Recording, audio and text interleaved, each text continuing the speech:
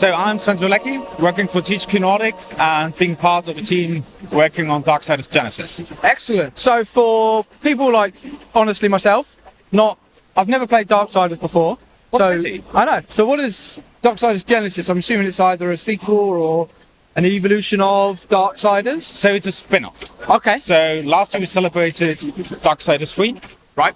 Now we're celebrating Darksiders Genesis, going in another direction. It's really fascinating because every Darksiders is very distinct. Yep. And now we have the edge to say that we go from a typical third-person over-the-shoulder camera to isometric. Okay. And for the first time, we can enjoy the game together with a friend in co-op mode. Yeah, now you say Darksiders 3, I do remember that being an over-the-shoulder kind of combat style. Yeah. So how does the combat in this differ now that you switched to that isometric view as opposed to the third person over the shoulder? So the good thing for fans is it still feels like Darksiders. Okay. Everyone who knows the franchise will feel right at home. Okay. But it is in that sense different because with your second player, you have the edge to can actually be a bit more tactical, can actually play in different styles, because on the one hand you have War, the character you know from the first game. Right. And War is a classic tank. He takes damage. He's slower, but he's really hitting and giving out punches. Yep. And then we have Strife,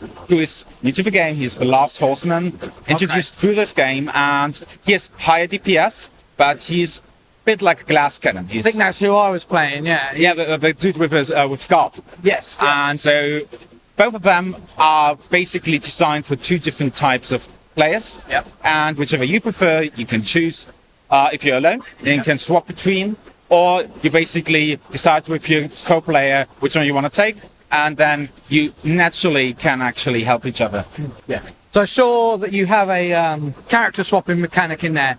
Is that to allow a single player to be able to utilize both of the abilities? Because I found you had puzzles relating to specific characters. Yes, indeed. As you're playing through. Yes, and the nice thing is, that's actually, I think, one of the biggest reasons for replayability. If you finish it go one way, the game adapts. Okay. So if you play on your own, you swap between the two characters, and you have distinct riddles for that mode. And if you play together, the riddles are different. There you actually need to collaborate, otherwise you cannot solve them. Okay. And that's a great way that the experience will actually change in the moment you play the other mode. It feels different in a very rewarding way. Yeah, no, that sounds really interesting.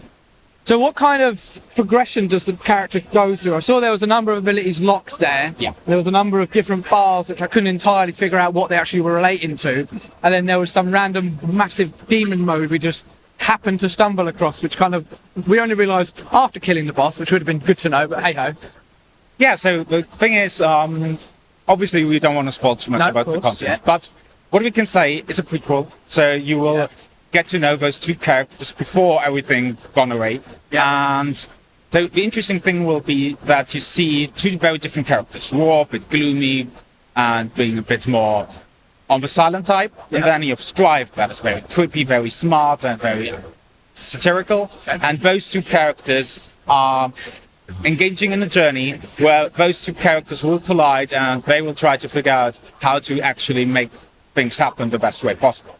And from the character perspective, you will be able to adapt your characters throughout the campaign by having items you can slot in.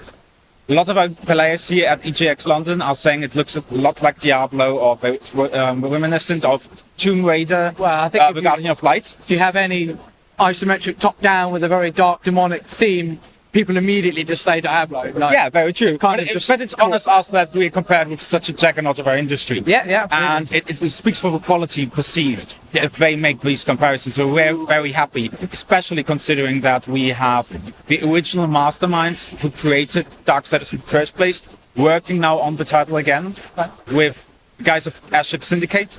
And that is actually something that delivers value.